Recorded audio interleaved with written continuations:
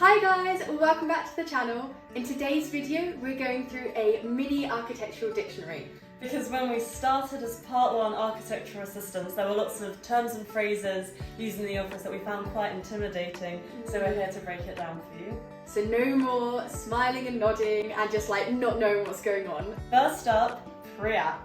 Short for pre-application. This is kind of like a planning application, but less formal and a bit shorter. So you get the chance to show your design to a planning officer and test the waters on your design and see if they're likely to accept it. This is particularly helpful if the design is a bit more complex and innovative because you can engage with the counsellors in a private way, whereas a full planning application is public. So, what actually goes into a pre-application report? I'll tell you. A written description of works, Architectural drawings, site photos, sometimes reports from specialist consultants, so like a tree survey or a heritage assessment. and a DAS. What is a DAS, I hear you say? Well, it's a design and access statement, and this is a report that accompanies a planning application. So kind of think like a short version of a crit or a review that you might have at uni. So the report itself contains site analysis like site photos and context, contains your key principles and design ideas. It might also have materiality and renders, and also, most importantly, it shows how you've listened to the local planning policy and how your design relates to this. Next up, we have PEDR. This is your professional experience development record. The thought of filling one of these in may fill you with dread, but they are super important. Jenny, what exactly is one of these?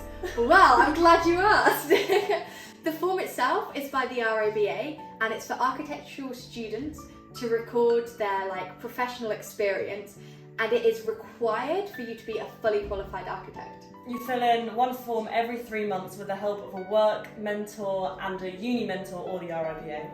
And you can find more information about this on the RIBA website by searching the super complex website address of pedr.co.uk. So, one form every 3 months. So, if you've been working for 1 year, how many have you filled in by now?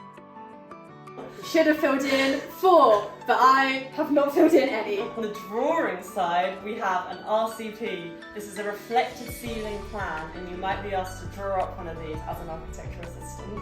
Okay, so this is the plan which shows where everything on the ceiling is located. Think light fittings, think smoke detectors, stuff like that. And you draw it as if the ceiling was reflected on the floor and you have seen it from bird's eye view. Love it. I think I did Google it in my first day of work. I literally was like, RCP, yeah, Google. there's so much Googling involved. But Google won't tell you the information that we've got for you today. No, it is really helpful. I think good advice, if when you are presented with a complex term at work, do just give it a quick Google and check or it out. ask. Or ask. Or Google. Yeah. Or watch this video to the end to find out more terms. Woo! Carry on. Okay, so the next word, tender. Tender occurs when the design is finalised, so an architect will collate all the drawings and put them together in a tender pack.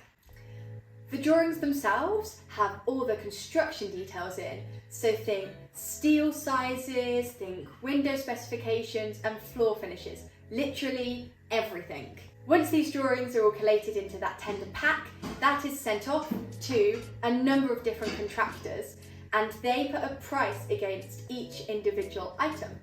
Then the contractors return the price list to the architects and the architects themselves compare the prices against contractors to ensure each of the contractors are reflecting a fair price for each item.